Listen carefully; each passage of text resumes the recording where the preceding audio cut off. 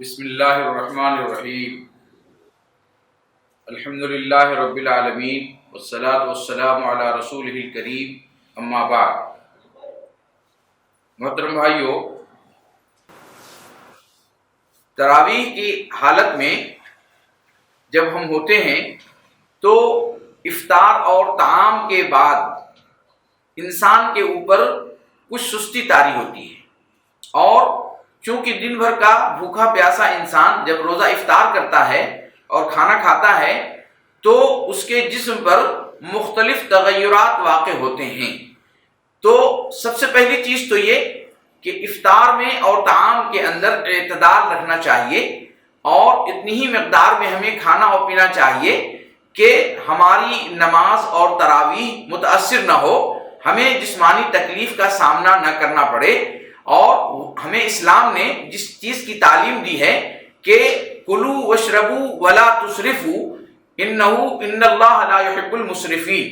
کہ کھاؤ اور پیو اور اسراف نہ کرو، کیونکہ اللہ تعالیٰ جو ہے اسراف کرنے والے کو، زیادتی کرنے والے کو پسند نہیں کرتے ہیں۔ تو اگر ہم اتنی مقدار میں کھانا کھا لیتے ہیں، پانی پی لیتے ہیں کہ اب ہمارے معدے سے گیس خارج ہوتی ہے، ریاح خارج ہوتی ہے، یا ہم کو تکلیف ہوتی ہے، تو اس کا سبب ہم خود ہیں۔ ہم نے اپنے آپ کو خود اس تکلیف میں مبتلا کیا ہے۔ تو ہمیں چاہیے کہ ہم اس عادت سے اپنے آپ کو بچائیں کہ ہم بہت زیادہ نہ کھائیں، بہت زیادہ نہ پئیں کہ ہماری نماز تراویح متاثر ہو۔ وہ نماز تراویح جو کہ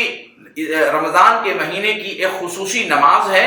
اور اللہ کے رسول صلی اللہ علیہ وسلم نے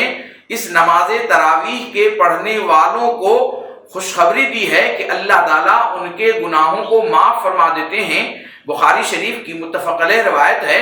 کہ من قام رمضان ایمانا و احتسابا غفر له ما تقدم من ذنبہ، کہ جس نے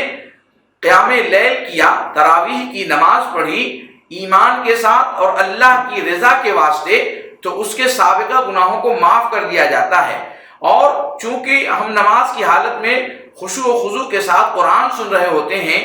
تو اگر ہم نے زیادہ کھا لیا، زیادہ پی لیا، تو ہمارے اوپر وہ خشوع اور خضوع کی کیفیت طاری نہیں ہو سکتی جو کہ قرآن سننے والے اور نماز پڑھنے والے کے اوپر طاری رہنی چاہیے۔ تو اس لیے ہمیں چاہیے کہ رمضان مبارک میں اس بات کا بہت ہی خاص خیال رکھیں کہ افطار میں اور طعام میں اعتدال برتیں، اور اتنا ہی کھائیں جتنا کہ ہم آسانی کے ساتھ ہضم کر سکتے ہیں اور آسانی کے ساتھ زندگی گزار سکتے ہیں۔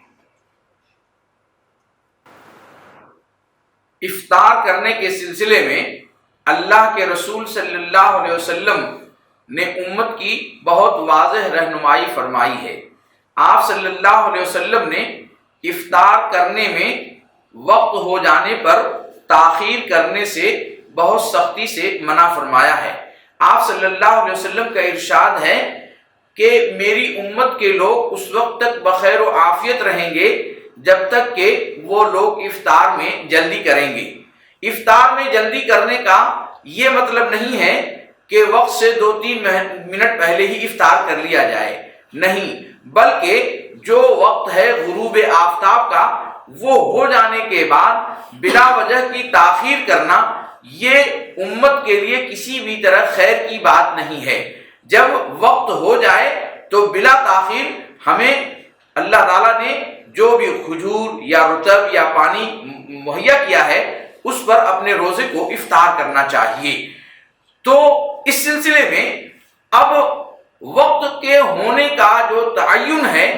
وہ یا تو مساجد کی اذان کے ذریعے ہوگا، یا ہمارے پاس جو گھڑیاں ہیں ان کے ذریعے سے ہوگا،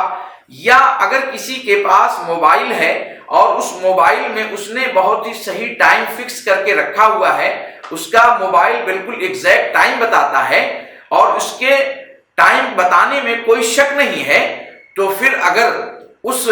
موبائل کے روح سے اگر اس کی گھڑی بتاتی ہے کہ افطار کا وقت ہو گیا ہے، تو اسے افطار کرنے میں اب کوئی تاخیر نہیں کرنا چاہیے، اور یہ انتظار نہیں کرنا چاہیے کہ ابھی اذان میری مسجد سے نہیں آئی ہے۔ اور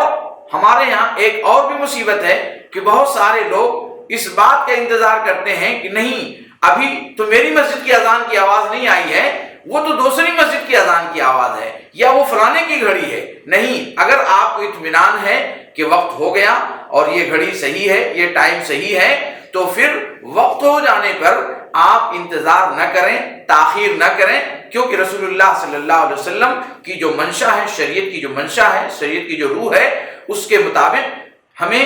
افطار میں تاخیر نہیں کرنا چاہیے، وقت ہونے پر فوراً روزہ کھول لینا چاہیے۔